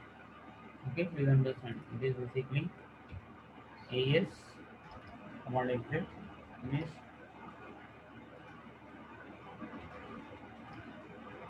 phase one complete. Now what is next? Phase one gets complete. Sorry, phase two gets complete. So once phase two gets complete, what we do? We combine phase one and phase two, right? So to do that, what we do? Normally crypto map, but today, as I said, these are basically what? Scalable. You want multiple locations tomorrow, so you go for what? Virtual tunnel interface VTI. And whenever you use VTI, that means what? You cannot use crypto maps tunnel interface. We need to create what? IPsec profile. So next step is what?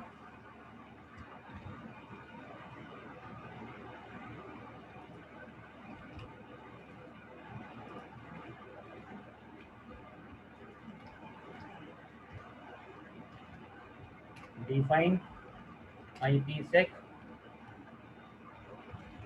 profile, right? Crypto IPsec profile, and name of the profile. Last time you see I use iProf, IKey Pro already I use for here IKE version 2 profile. So let us put IPS profile,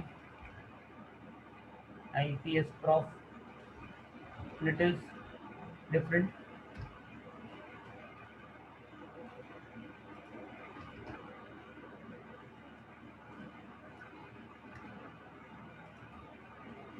Inside this what we do?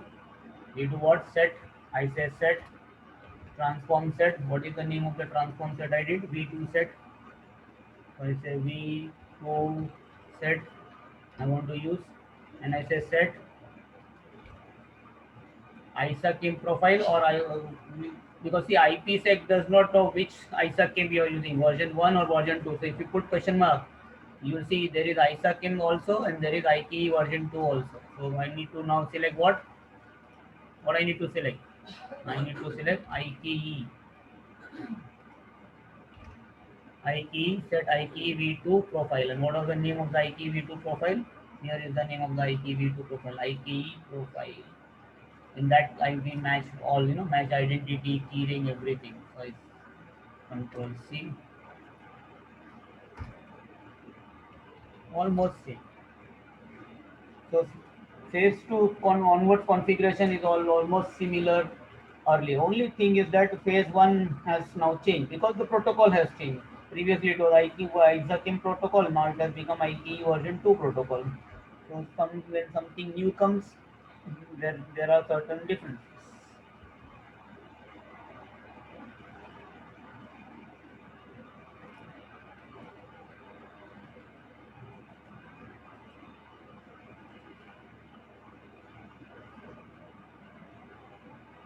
Done. And now finally what we do, I create a tunnel interface. So I quickly let us create a tunnel interface. If we are doing tunnel bit basically between 2 and 10, let us keep the tunnel number to 10. Assign an IP address. Let us put an IP address. Let us put IP address 10 dot, maybe what I'll put now, 10.102, 10 into, so 102. I can't have, you can have even 210 also. 2 router number 2 and 210.2 because it is R2. Tunnel source, I'll specify my outgoing IP 170.10.123.2. Tunnel destination, I'll specify R10 170.10.105.10. Then I set tunnel mode, same IPsec, IP version 4. And then finally, once I say I enabled IPsec on the tunnel, I say tunnel, you'll get protection from where? You get protection from where? IPsec. IPsec what? Profile. Which profile? What is the name of the profile we gave? IP IPS profile. So this is the name of the profile.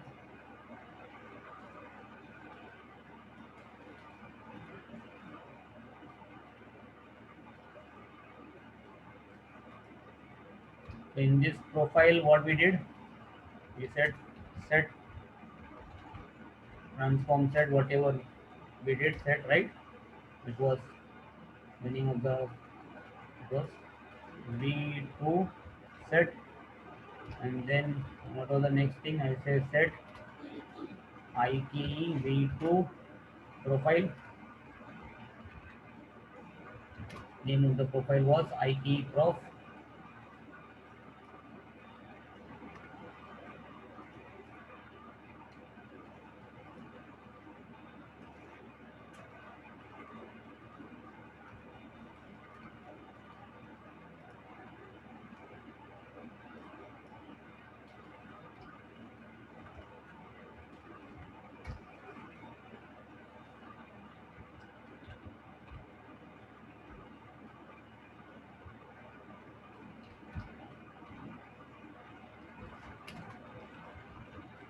define the tunnel interface. How I define? Let me quickly copy paste.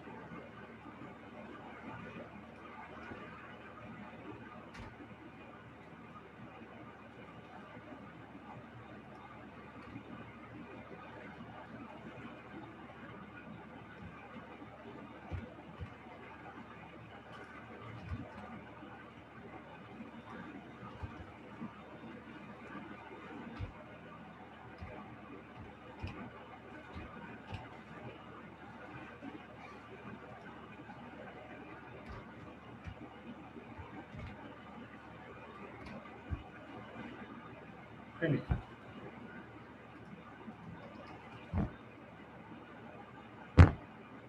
What should I do now?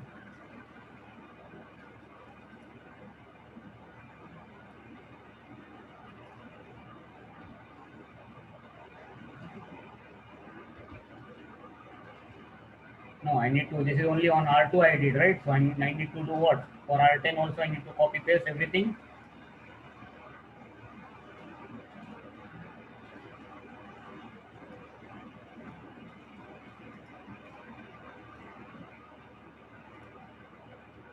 All these steps I'm doing basically for you guys. Okay, remember, because if I have to do, it will not take me more than 5 minutes to do all this configuration on both the routers.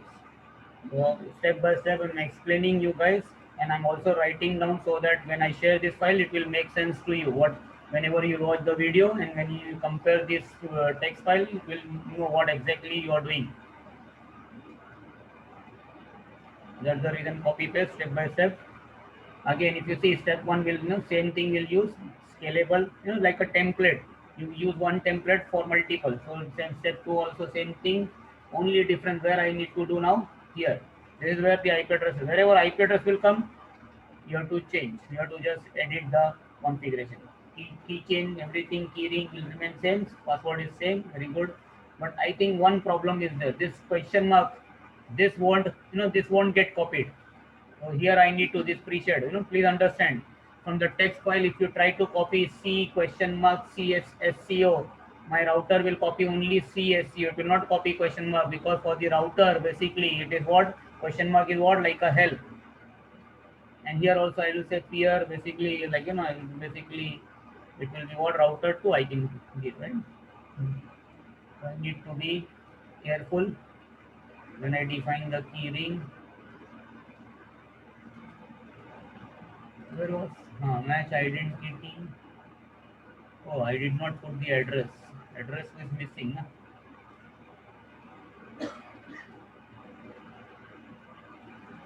Match identity. I think address command was there, right? Let us see R2. Yes, see, this was missing.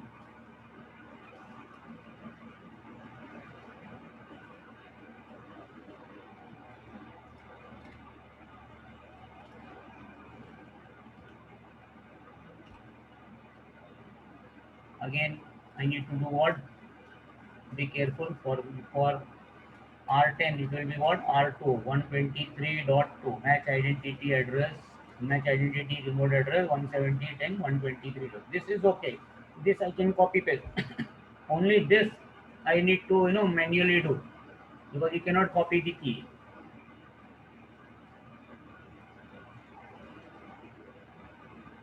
Yes, you don't require GRE basically.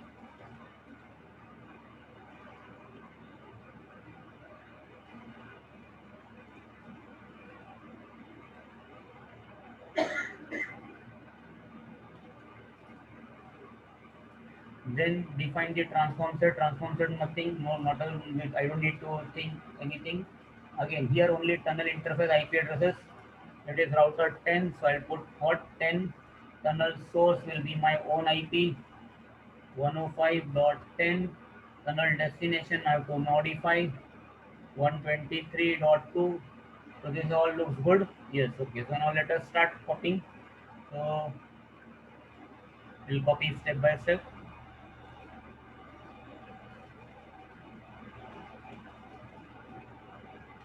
Control C. Let us keep this here. Let me bring up R10 and keep R10 here.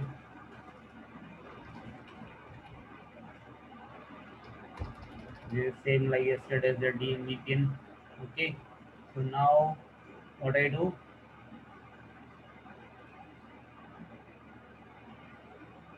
Group 15 done. So step 1 done. Then I define the policy.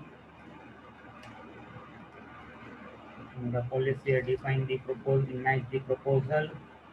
Then next is what? Up to here I can copy.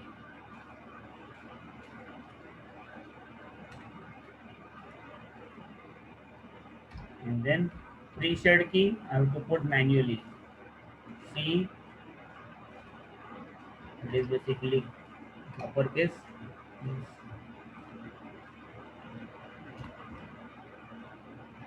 Control V, question mark, SCO, right? Okay. Pre-shared key this, run, exit. Okay.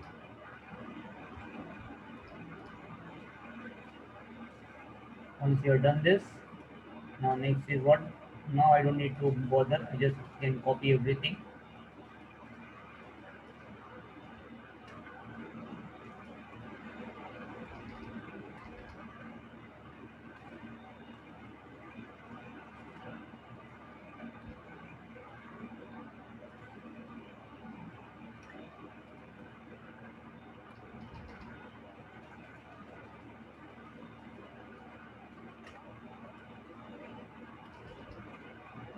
Finally, tunnel interface 210.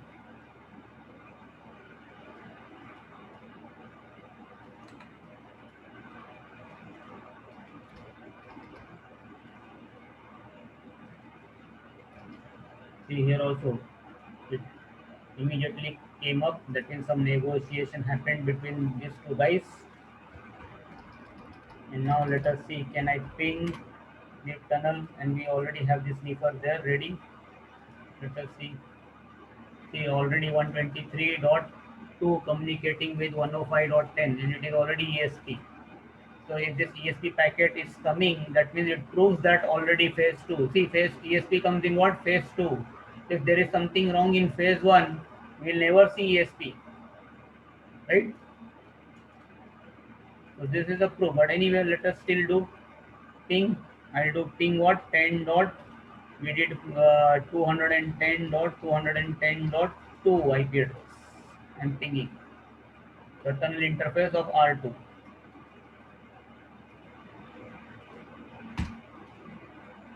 Please, quickly. Suddenly, so many packets. Nobody knows that this is ICMP. Nobody knows that this is ICMP. Can I telnet to 10.210.210.2? The telnet is happening. Password is not required. That is a problem of telnet password authentication. That also we can do. I can say line VTY04 No, maybe I don't want anything login. No login. Enable secret. Cisco. Let's say finish. Now again, let me do one thing more. Telnet. I am able to telnet to R2. I enter this. I type what is the password. Nothing. What people see on the internet, they see only what? All ESP packets. Only ESP. And now finally, last step will be what? What will be the last step?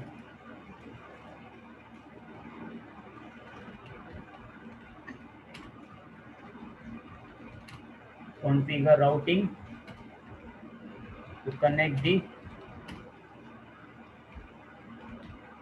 private IP LAN, right? Routing. Always routing because we are not creating access lists. We are not creating crypto map. So how my router will know on the tunnel which traffic has to be sent? So on the tunnel we configure routing. So whatever the routes only that traffic will only go. So no need for creating any access list. That's the reason, because if you have different branches and different branches IP addressing is different, your your access list become not what? Not scalable. Some organization the IP the access list become what? Too big because they did not plan properly. Design problem is there, planning problem is there. If your designing planning is not good, then your configuration become what? More complex. ACL becomes too big. Randomly people selected some subnets, and then you end up in configuring an access list with maybe 50 statements or 100 statements.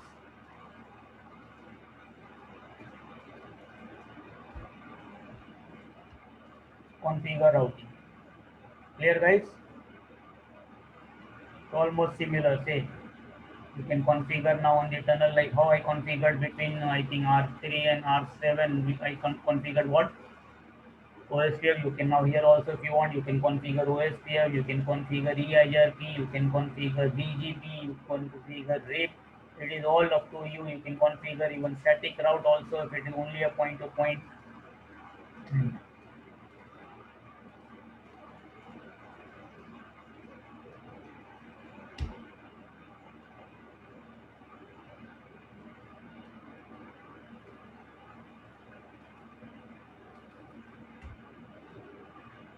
So we are done with IPsec VPNs. This week we completed IPsec VPNs. I explained you what is IPsec. It's a family of protocols, suite of protocols, stack of protocols. What every family member does, what AH does, what ESP work is able to do. Then we, then ISA came in, IKE came in. Then what ISA came, IKE can do like that. What is phase one? What is phase two? Explain you. In the debug, we have seen the 6 messages. Any problem in phase one, phase two will never come up because phase one itself will, when phase one will get complete, then only ESP will come in picture.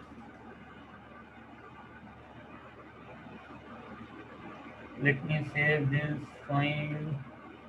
So I'm going to now, send this file to you guys now. Okay. Today I think like hardly 19 people are attending. The attendance is very less.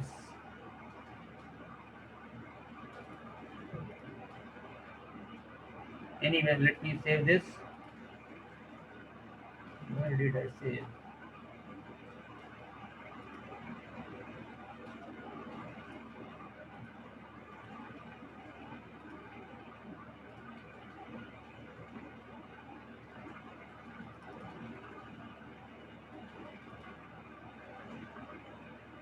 Where that file got saved? Oh yeah.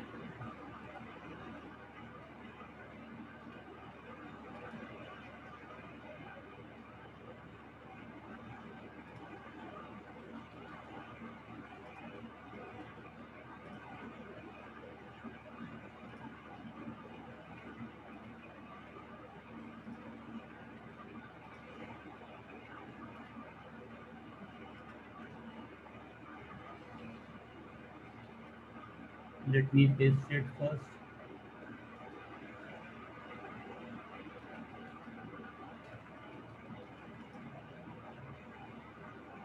Now please nobody type in. Okay, I'm sharing the files.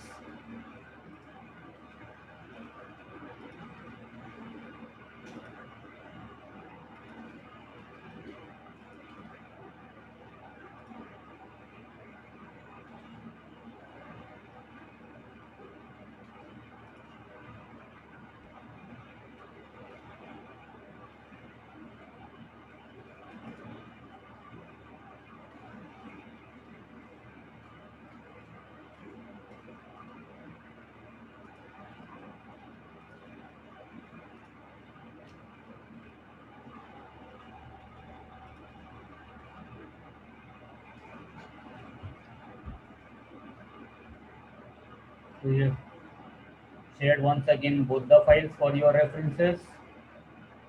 So when whatever I'm showing, at least practice exactly. Replicate the same topology first. Labs I will give you later. Don't worry, labs you will get.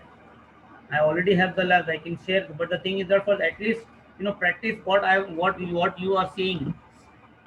Once at least you should practice what you are actually watching. Same thing. And after this, I'll send you the labs. I will send you the labs for whatever topics we have completed. I'll send you the lab for like route redistribution, route filtering, summarization. We are done. BGP we are done. So BGP lab will say IPv6 lab. I'll send like that. And then now we completed IPsec. So I will send you a lab which will have IPsec configuration also to be done based on my topology. This is not real exam. Real exam, why I should send you real exam? We are doing technology here.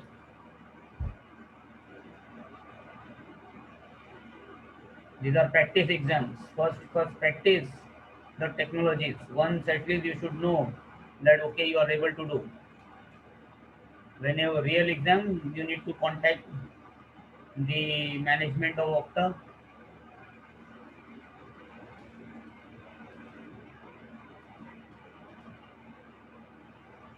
But whenever it will be real exam, real labs will be available. That time we can see that you will get it from there.